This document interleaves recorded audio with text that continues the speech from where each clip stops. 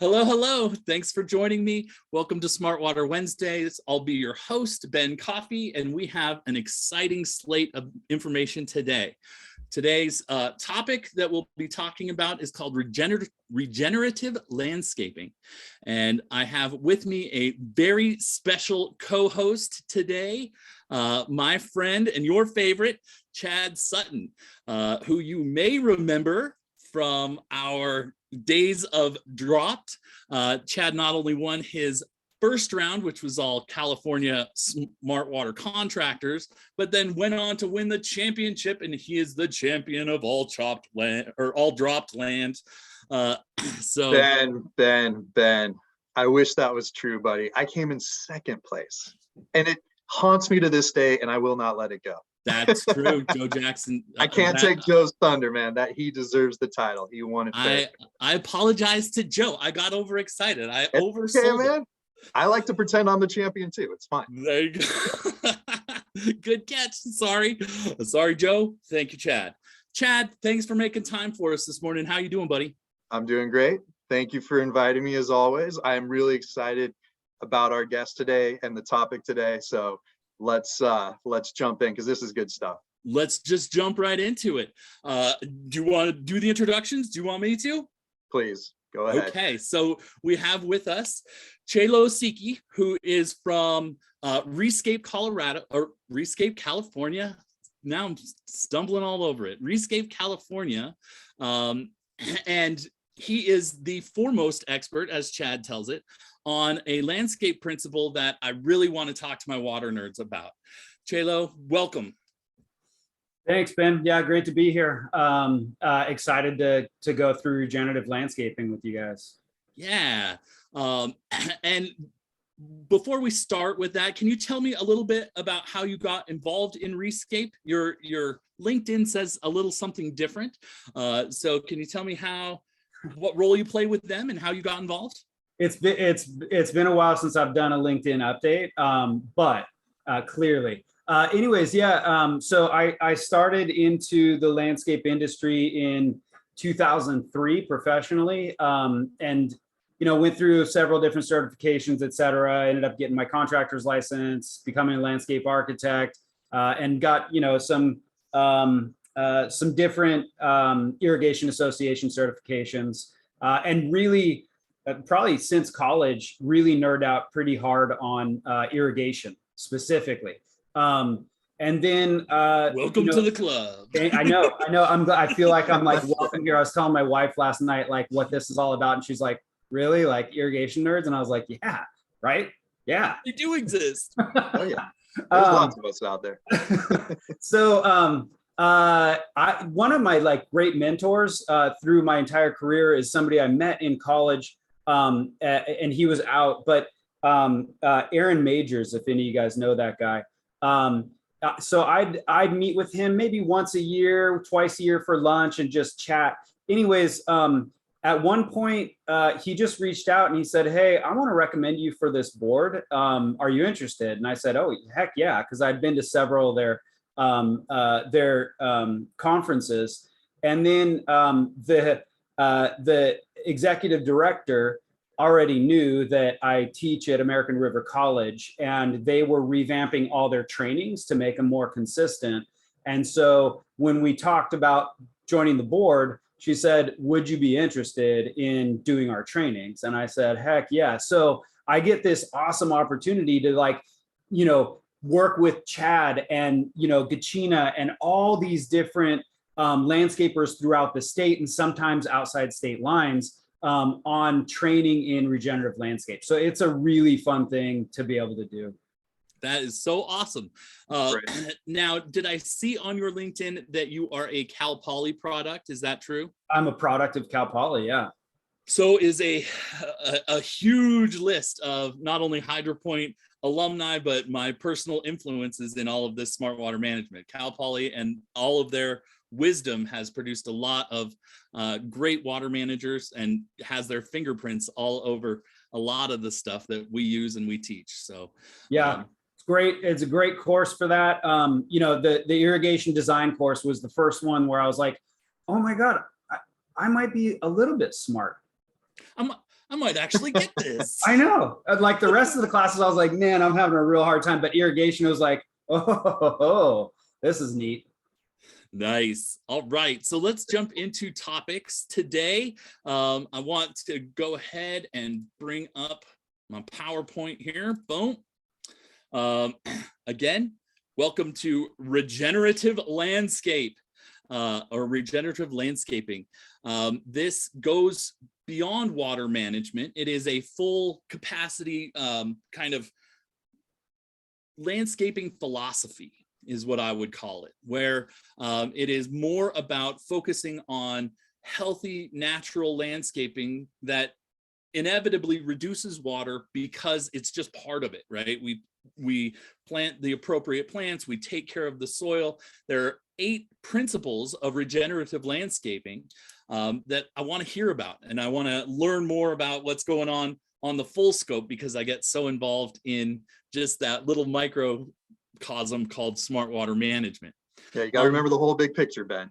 Exactly. Don't go water blind. Don't go water blind. And that's why I have such an amazing panel today, right? I hope that you guys can teach me about what you guys are doing, what Cielo is teaching with ReScape, what Chad and Gachina, shout out to Gachina first before we get started. Chelsea and Jackie are doing a great job.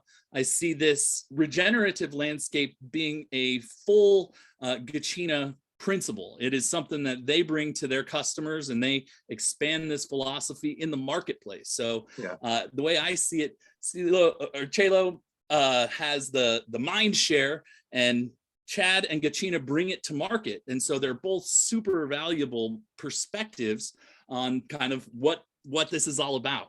Yeah, if I can just give a plug for Jackie Gachina and Christina Preverin and Lauren Galanis. Those are the 3 Gachina stakeholders that have really embraced and brought to the whole company. And when I say the whole company, even our accounting team and our HR team participate in ReScape, because we want this to be at our core what we believe in, what we educate on, and what we practice. And so I think we might have the highest percentage of employees who are ReScape certified. I would put that up against anybody else. And it's because it's what we really want to be. It's what we want our mission to be. And so kudos to the leadership team for opening up my eyes to it. I have been involved for a long time, but ReScape's taken it to a whole nother level, and Cielo's doing a great job educating us. And Thanks. I think that comes down, like, from my perspective, just as a social media nerd, I see that starting at the very top. I think that Jackie believes very deeply in this kind of philosophy and brings that to her company and surrounds herself with like-minded people that really get it and really want to help it succeed and find a place in the market. Which is so cool from, you know, the ReScape standpoint, because what we do is we train landscape architects and designers, we train landscape maintenance professionals, landscape construction professionals, right? So we're really like, our audience are the people out and ideally boots on the ground, right? But the message needs to be so much greater. And so what Gachina's doing by spreading it to the clients, who generally, I call them Joe Public, right? You know, they don't quite get the whole thing, but just by them getting like some education from companies like Gachina saying, hey, look, this is a different approach. And, you know, that's how this word spreads. And it's so important that everybody's on board with it, because right now, you know, we hear a lot, like, it can be a little bit daunting, like, how do I help the situation? And just by letting people know, hey, by choosing to use the right type of fertilizer, you're helping. And so, and knowing that that's going down on their landscapes and they're choosing the right company to do it, who knows about it, it's so important right now. And I think similar to the struggle that we've had in our history, right? Bringing a new concept to marketplace has to be proven by the marketplace. It's all fun and games in the theoretical world, but it has to show itself as viable in the market with live landscapes and live contracts, right? And all that balance that has to go on to make that happen. So I think that Chad and Gachina are doing a great job with that. Thanks, everybody. Yeah, it's a fun mission, and it keeps you motivated. So nice. Very good stuff. Oh, Jackie just typed in. She chatted us and she's watching. That's awesome. Hey, Jackie. When it's the right message, it's easy to embrace and spread good practices. Amen. All right, so let us get to what those practices are. Let's talk about the principles of ReScape, or the 8 principles of regenerative landscape. And Cielo, I'm going to toss this to you. Can you just give me a high-level introduction? Yeah, so high-level introduction, as you mentioned, this is really looking at a holistic approach to landscaping, right? And it's really regenerative landscaping, because as we all probably know at this point, sustainability is not quite enough, right? We can sustain, but given where we're at, we need to regenerate. And so the 8 principles, what I look at them as, they're guidelines for us. And especially like if you're in the landscape world, you know that the blessing and the curse of the landscape world is that the blessing is that there's never the exact same solution for a similar problem, right? Because there's so many different variables. And so that's a blessing, because like it keeps our brains working pretty good, right? And we're never just doing the same old thing. But then the curse of it is the exact same piece, is that sometimes you're sitting there just going, seriously, why can't the answer just be the same, right? Why does this have to be so complicated? Like so what I look at exactly, I look at the 8 principles as these just help guide our decision-making process, right? Like, so going through this, we think of the principles: act local. This goes beyond just buying vegetables at the local farmers market, which is a huge portion of it, right? That's a very important piece. Sourcing local, that's a big piece of it. But also the act local piece is really looking at the landscape and the macro and microclimate of that site itself, and really recognizing what was here, right? And we got a lot of great tools to be able to do that. The reduce waste principle is one of my favorites, because it can be a little bit tricky. It's of course, recycle,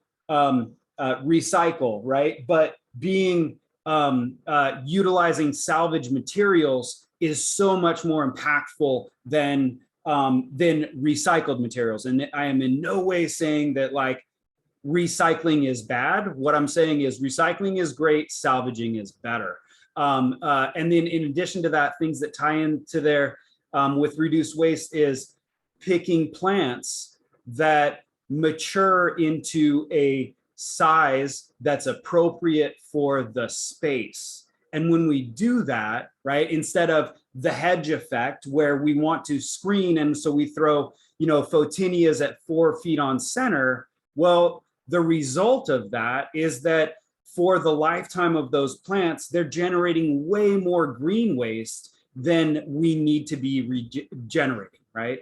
Nurture soil is an outrageously important one, and that's really like hand in hand with save water.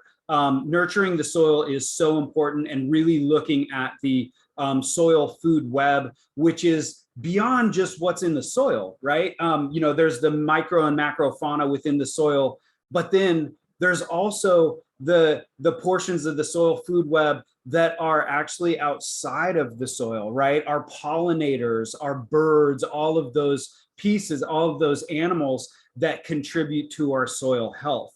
I'm going to skip sequester carbon briefly. Save water really is what like ties hard into what we're talking about today. Nurture soil supports save water in such a massive way. So we'll get into that. Conserve energy. The conserve energy and save water go hand in hand. Conserve energy in the landscape, things that we're talking about there, like when you think of it traditionally, you're thinking we put deciduous trees on the south and the west side of buildings to conserve energy, right? But when we're considering conserving energy, goes hand in hand with save water, because I live in the Sacramento region. all of the water that we use here is pumped out of the ground, and it takes a crazy amount of energy in order to get it out of the ground and to our points of connection at the appropriate flow and at the appropriate pressure so that our systems work right. So when we're conserving water, we're also conserving energy. Protect air and water, huge piece of it. This is, reducing the need to hedge using our 4-stroke engines, et cetera. And then really looking at integrated pest management in ways that support protecting air and water, which also ties back into our reduced waste by not having to shear plant material because they were planted in an area that's too small for them. And when you do stuff like that, when you have to hedge, you end up with all that buildup within the plants themselves in the canopy of the plant. And then you end up in this like endless cycle of having to deal with that. Now, the create habitat, this is a really important one because if we tie it back to the nurture soil piece, right? If we're nurturing our soil, again, it is more than just, the soil, what's in the soil as the soil food web. It's recognizing what's outside of the soil. In addition to that, and creating habitat for our pollinators, for our lizards, for all of those animals that support nurturing soil is so important. And if you increase your biodiversity in landscapes, especially in urban landscapes, then landscapes are way more resilient to climatic changes. Okay, now jump back to sequester carbon. Every single one of these principles ties really hard into sequester carbon. I mean, ultimately, we need to produce and reduce our emissions. And what I always kind of pat everybody on the back in our trainings on is with sequester carbon, we're really looking at, driving more carbon into the soil, and that's healthy plants, biodiversity, nurturing soil. That's how we get that carbon back into the soil. And if we do our job right, we're one of the only industries that can actively sequester carbon biologically, whereas the majority of the other industries out there are just working on trying to figure out how to screw things up less, right? Reduce those emissions, right? And this is all very important, but in the landscape industry, in regenerative landscape, regenerative agriculture, regenerative forestry, those are the ones that are responsible for driving carbon into the ground and trapping it back into the ground. Nobody else is doing that. And we're the ones that get to do that. So, I mean, we got to think of ourselves as, hey, like we're the champions here. We can do this. We know how to do it. So little bit of a long overview. Sorry about that, but no, that's perfect. That was great. Yeah, awesome. Excellent. In fact, it was that sequestering carbon really that got Chad got his hooks into me about this whole thing. We got talking, we started with smart water management, obviously, but we got talking about my own garden and how the practices that I was taught is not intuitively sequestering the carbon, right? It's not intuitively delivering this. It does take a change in the maintenance routine and the year-to-year maintenance to really capture this. And it was really eye-opening and has changed kind of my whole process from the ground up to focus on this. It wasn't a big change, but it was an important one. Chad, can you talk a little bit about that? Yeah, absolutely. It's the one that caught my eye right away too, because I mean, there's a lot of great stuff there. There's not one point that you can really dismiss or diminish.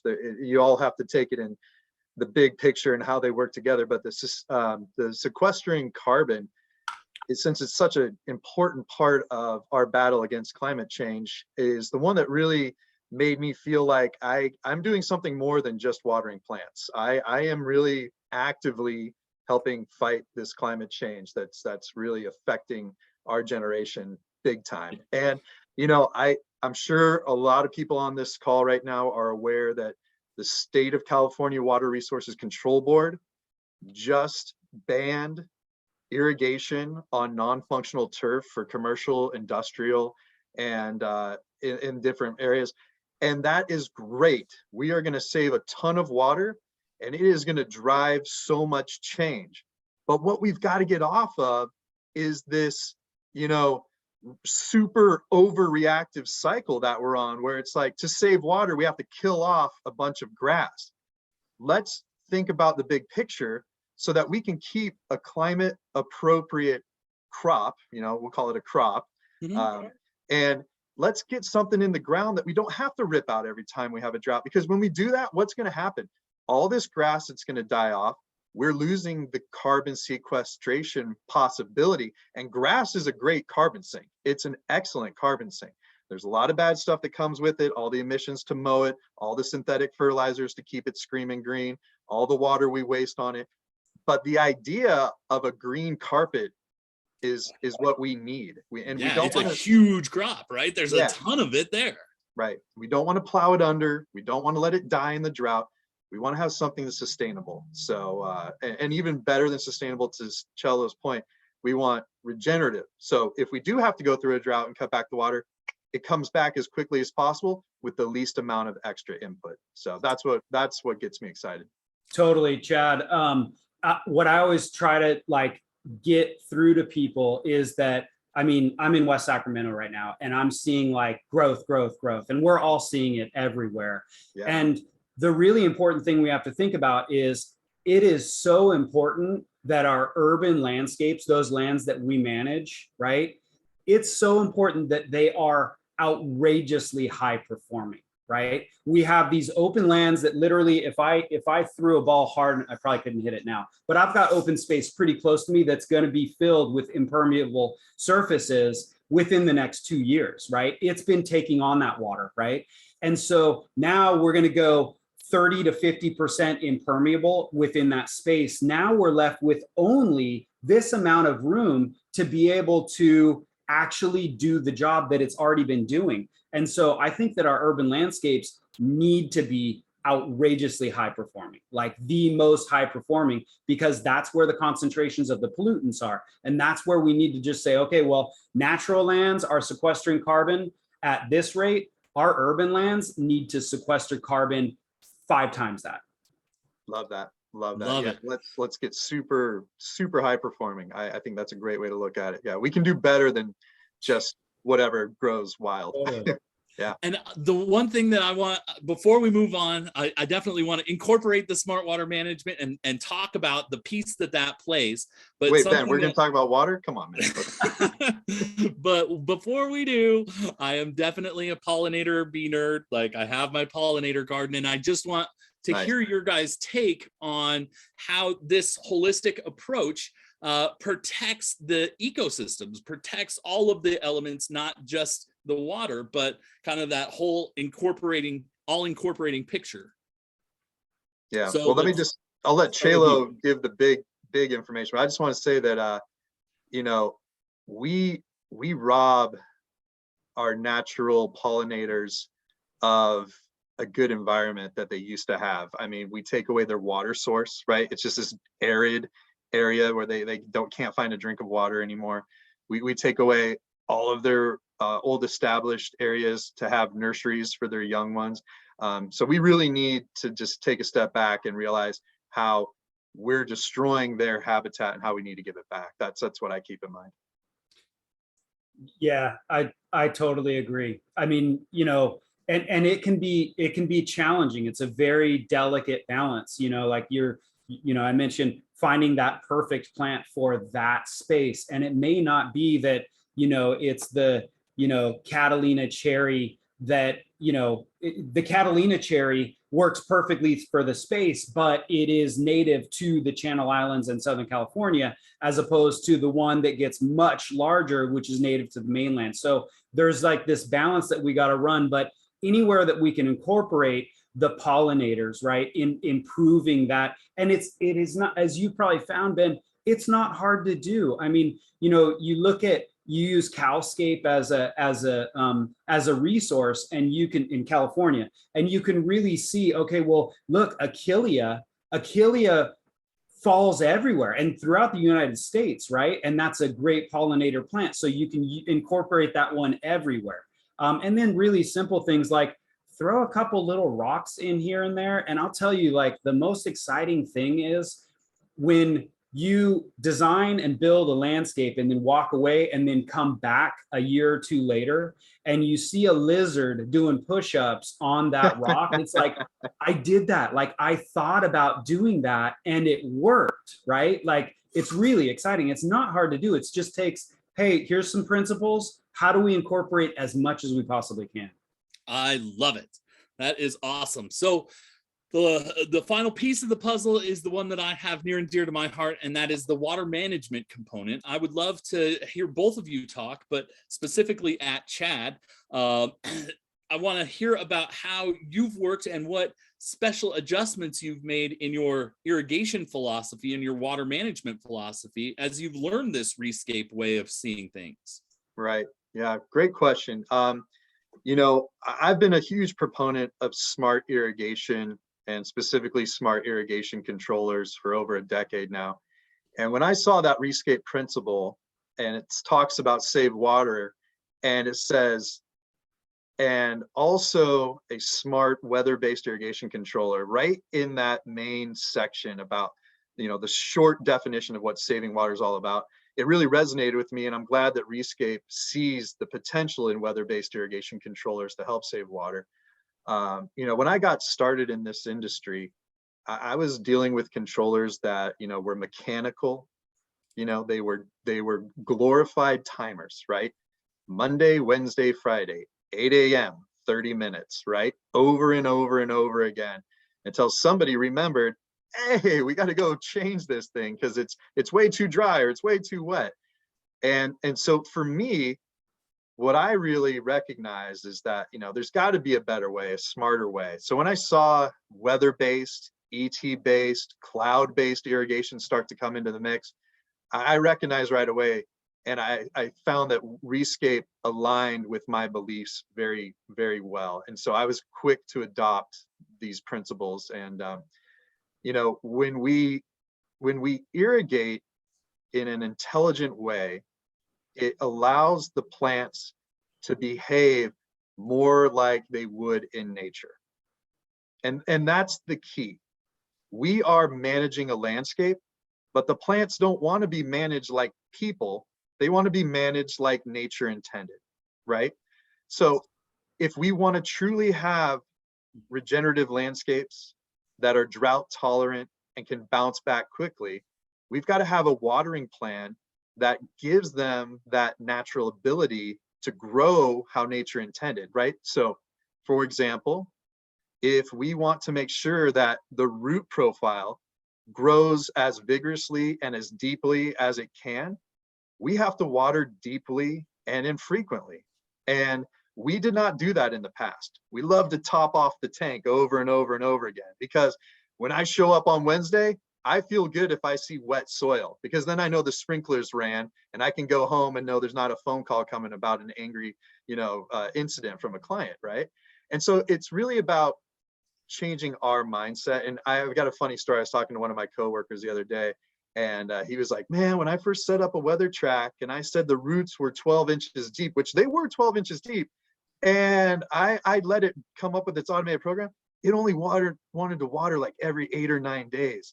And that freaked me out, man. I didn't trust it. I didn't know if it was going to work.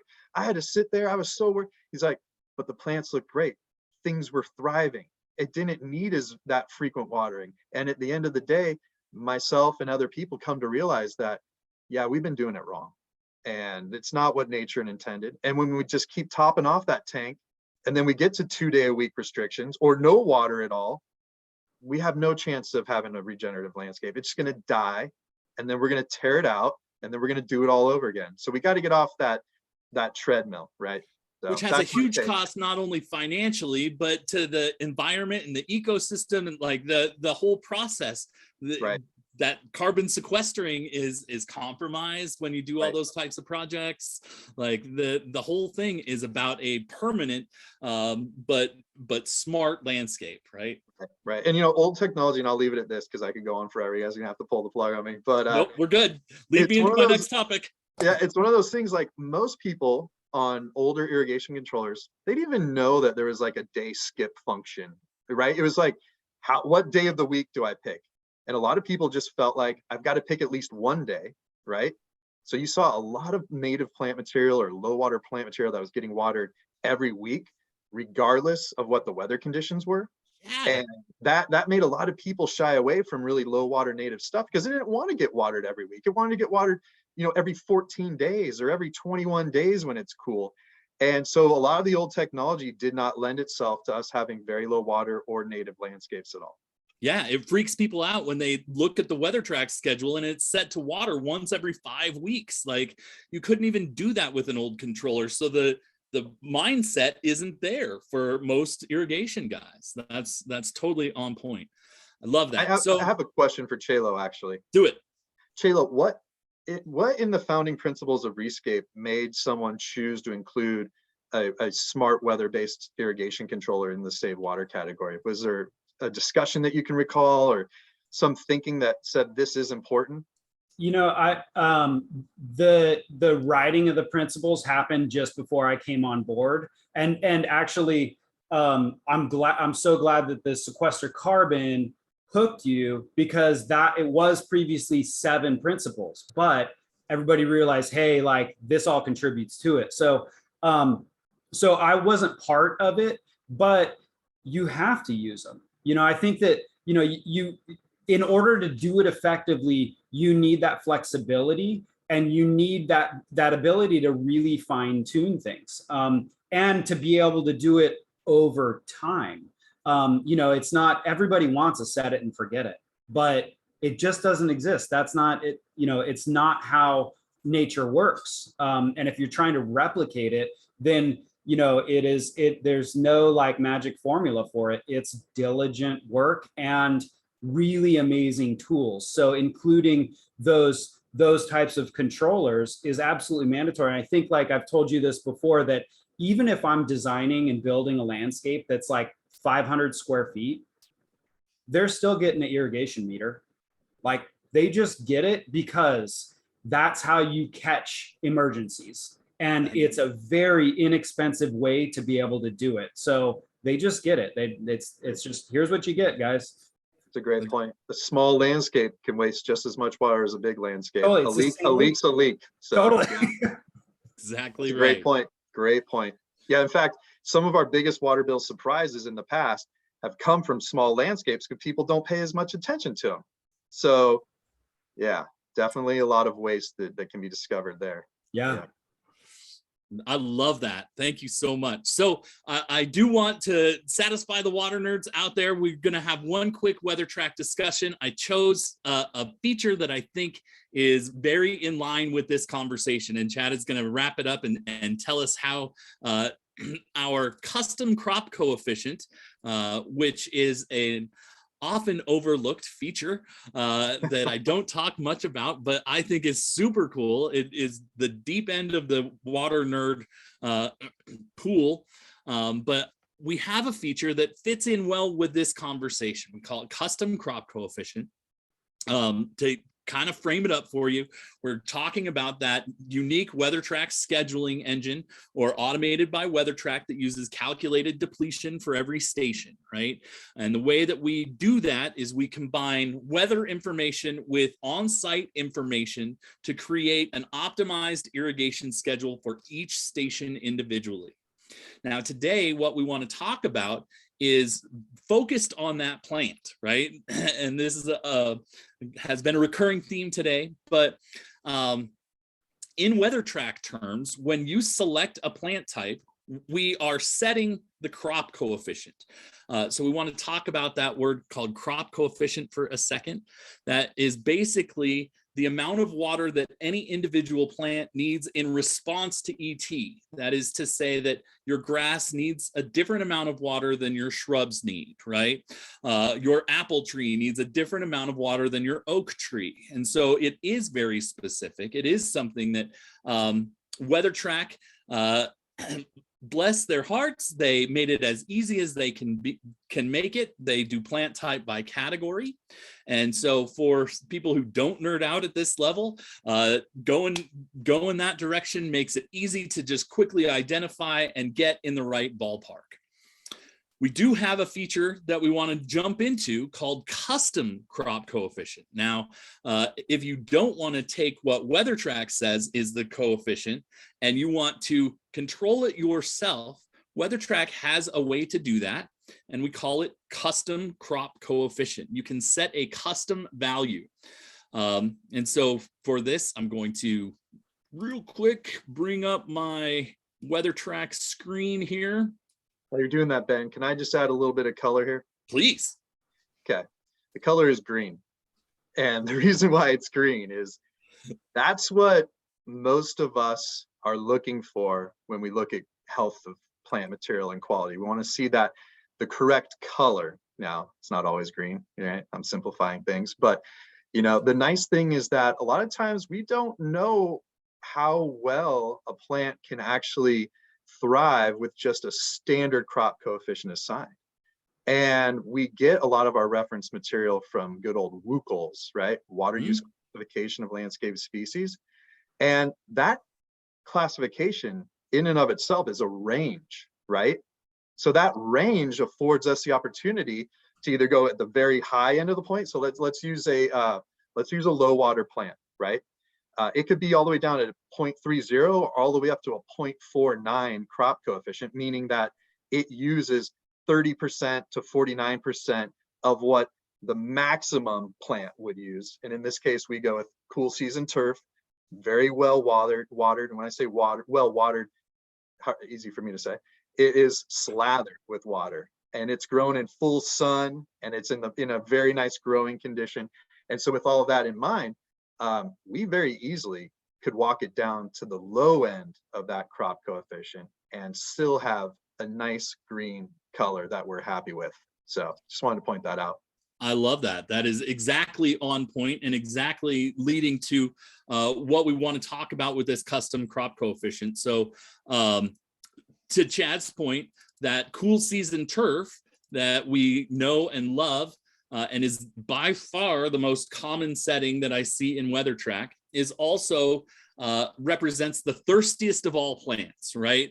When Chad talks about getting slathered in water, that's by necessity, because this is the plant in our landscape that demands the most water on a regular basis. So that is why it is kind of, in my eyes, targeted, right? It is why when we look at reducing water, we look at reducing the thirstiest plant in our landscape. So can I add something there, Ben? Yeah, please. This is important. One of the beautiful things about WeatherTRAK that I don't think you promote enough is the fact that when you choose that cool turf plant type, it is not just one crop coefficient for the whole year. You guys have done a great job behind the scenes of actually integrating your own unique secret formula of varying crop coefficients by month. So it has a little bit of curve, so it applies a little bit more water in the springtime when it needs it, and then it tapers it off as we cool down. So just that little water savings tidbit alone, most people don't realize, but that's one of the beautiful things, because even if you just do choose cool turf, you're still getting WeatherTRAK's own version of that custom turf crop coefficient curve. So the way that I say that in training is grass needs a different amount in April than it needs in September, right? It is a varying target that is true of turf, but so for complexity, we do that behind the scenes, right? We don't ask our contractors to know all of that, but Chad's point is that with the cool season turf, the warm season turf, and the combined turf, we have a different crop coefficient by month. Turf is unique in that crop coefficient changes every month. And I will say that what you're basically doing is you're mimicking Mother Nature, right? Grass Right. accelerates in the spring because it's getting those showers, it's getting that rainfall, it's that relied upon precipitation window.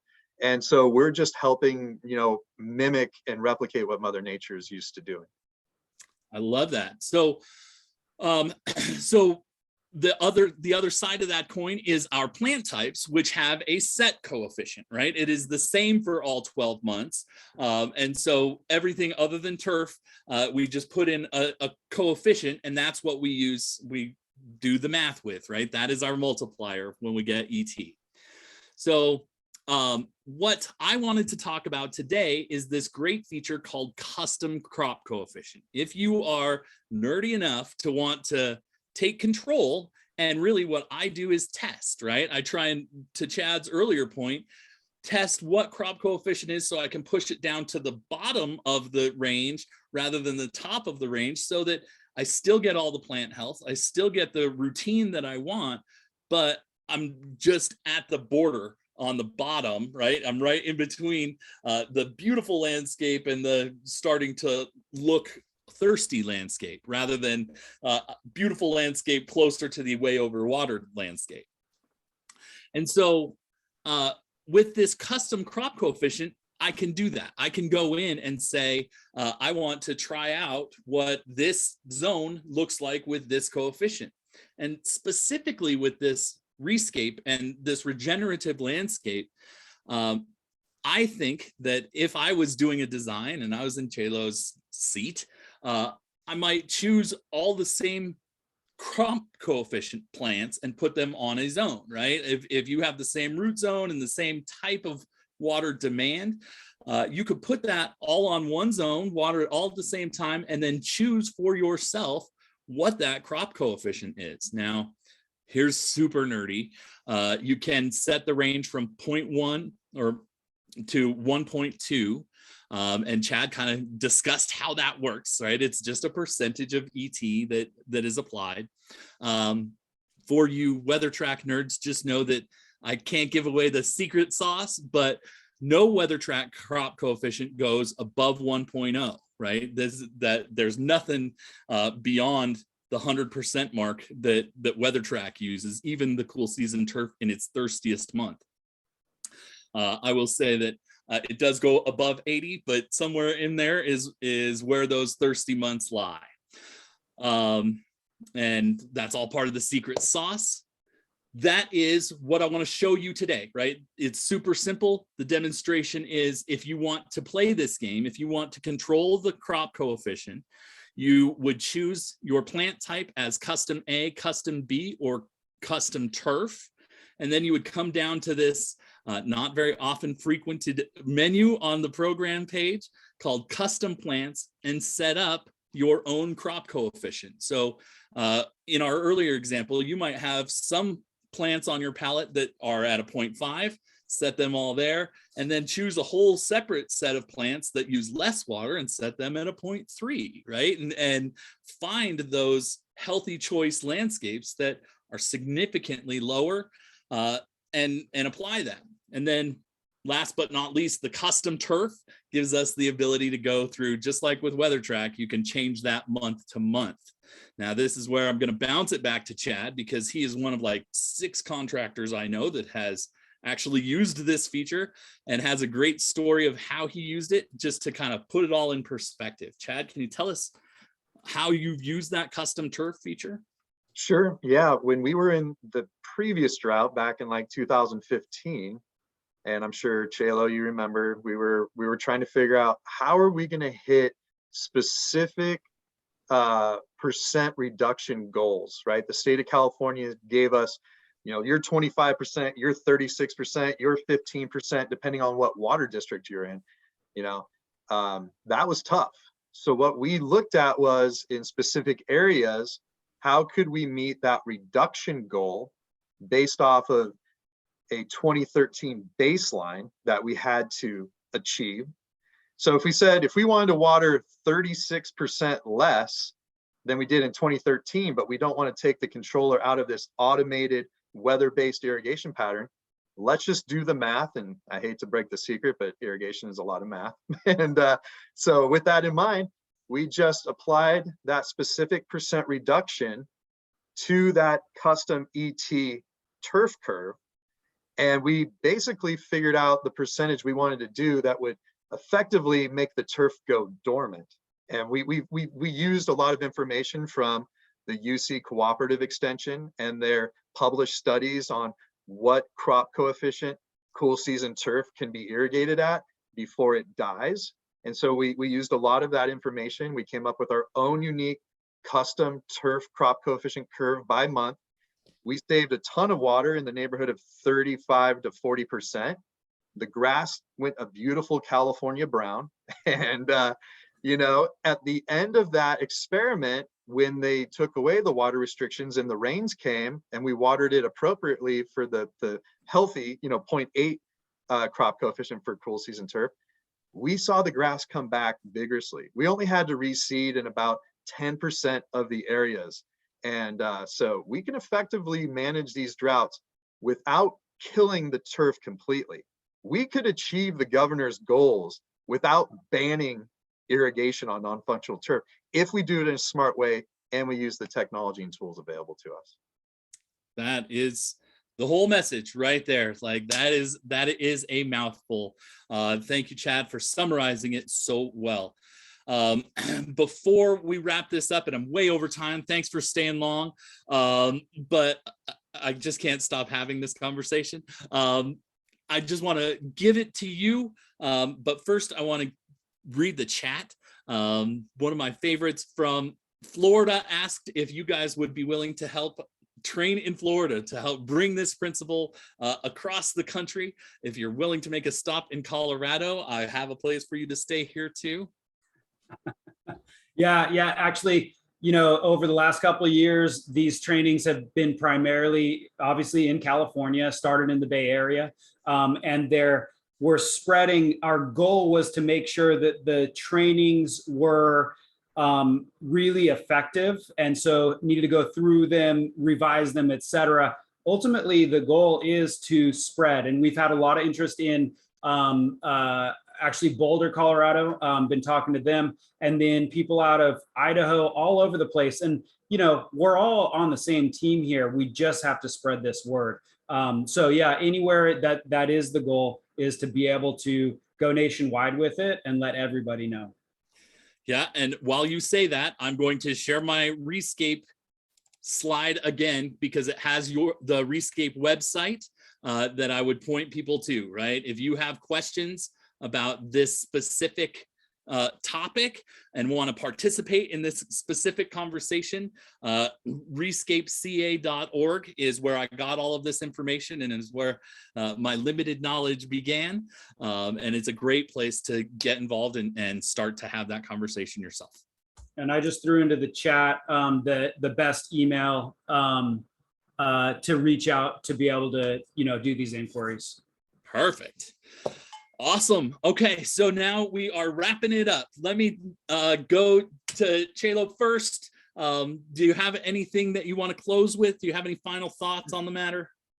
Yeah, really briefly, Chad, I love, you know, that utilizing those resources through UCANR to be able to figure out how hard can we push this stuff. And when we do those things regeneratively, right? If we have a really healthy soil, one of my favorite, most disgusting sounding words is mucilage. Okay, it sounds like mucus, right?